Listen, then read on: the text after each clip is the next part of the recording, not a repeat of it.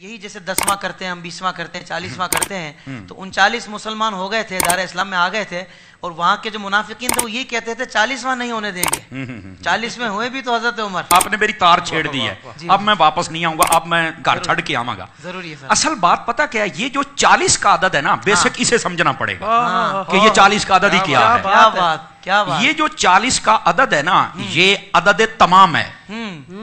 جب یہ کافر اس کی مخالفت کر رہے تھے نا وہ ایسے نہیں کر رہے تھے عدد تمام ہے عدد تمام ہے آپ کہیں گے وہ کیسے تھوڑا سا بات کھولیے کیا بات ہے صاحب حضرت سیدنا آدم علیہ السلام آپ کو پیدا کرنے کے لیے بنانے کے لیے تخلیق فرمانے کے لیے جب مٹی منگوائی گئی تھی نا تو وہ جہاں آج خانہ کعبہ ہے جہاں سے منگوائی گئی تھی اور یہ جگہ سب سے نورانی تھی اس وقت نورانی مٹی تھی یہ بھی یاد رہے اچھا جب جنت کے پانیوں سے اس کا خمیر تیار ہوا نا تو اللہ نے فرمایا یہیں پر اس کو رکھ دیا جائے دو روایتیں ایک روایت میں ہے 40 سال اور ایک میں ہے 40 دن اللہ نے اس خمیر پر بارش برسائی تھی جس سے آدم علیہ السلام نے پیدا ہونا تھا تو یہ 40واں تو آدم اور آدمی اس کی ابتدا میں ہے 40 دن بارش برسائی گئی تھی اور یہاں پر ہاں مفسرین کرام نے لکھا ہے یہ بڑی گہری بات ہے پہلا پارہ تخلیق آدم چوتھے رکوع میں آپ پڑھ کے دیکھ لیں مفسرین کرام نے لکھا ہے کہ جو 40 سال تھے یا 40 دن تھے 40 دن والا قول زیادہ نے کیا ہے 39 دن غم کی بارش برسائی تھی ایک دن خوشی کی بارش برسی تھی آدم علیہ السلام کے خمیر پر یہی وجہ ہے کہ انسان کی زندگی میں اکثر غم رہتے ہیں چھوٹے چھوٹے موڑ پر غم آ جاتا ہے دکھ آ جاتا ہے پریشانی آ جاتی ہے بندہ ٹینشن میں آ جاتا ہے خوشی بہت کم موقعوں پہ ملتی ہے صوفیاء فرماتے ہیں انسان تجھے پتا غم کیوں زیادہ دیا ہے اللہ کو پتا تھا کہ جب اسے غم آئے گا یہ مجھے یاد کرے گا غم اس لیے زیادہ دیا مجھے یاد تو کرتا رہنا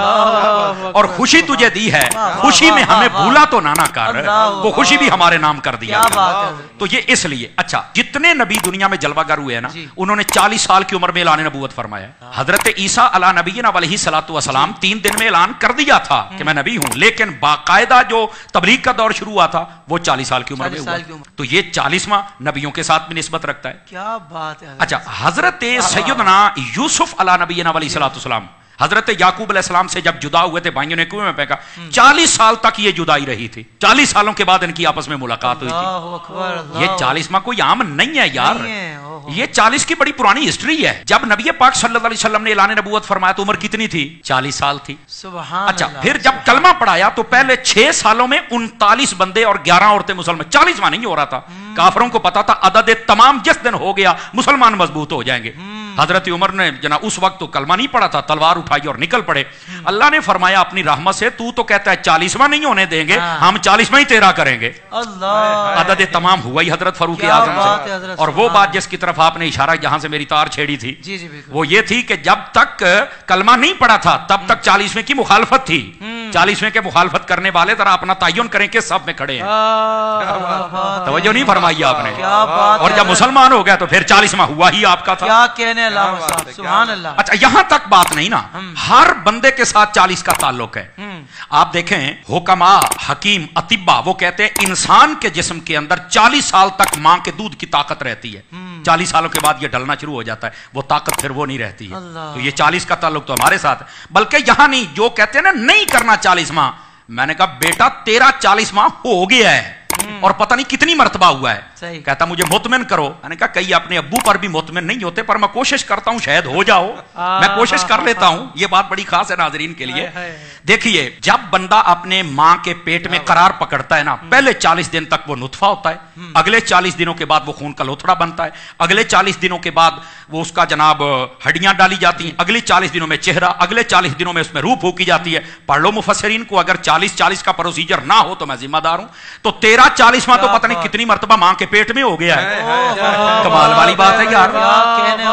اچھا پھر یہاں تک بات نہیں نا پھر جب اللہ چاہتا وہ دنیا میں آتا ہے تو کیا دوسرے تیسرے دن ہی ہم بچے یا بچی کو باہر لے کے آ جاتے ہیں کتنے دنوں کے بعد لے کے آتے ہیں تو ظاہر سی بات ہے 40ویں دن ہی لے کے آتے ہیں نا کہہ رہا سوا مہینہ ہو گیا ہے نہیں توجہ فرمائی آپ نے 40 دنوں کے بعد ہی نا تو یار پیدا ہونے سے پہلے ماں کے پیٹ میں بھی تیرا 40واں ہو گیا پیدا ہوتے ہی تیرا ہو گیا تو مرتے وقت تیرا کیوں نہیں ہوتا یار کچھ خدا کا خوف ہے تو مرتے وقت بھی ہو جانا چاہیے تو کوئی مسئلہ ہی نہیں ہے یار تو یہ 40 کی عدد کی ایک لمبی ہسٹری بعض صوفیاء وہ یہ فرماتے ہیں کہ یہ جو مرنے کے بعد 40واں ہوتا ہے نا یہ اس لیے ہوتا ہے کہ اللہ تعالیٰ مردے کی قبر میں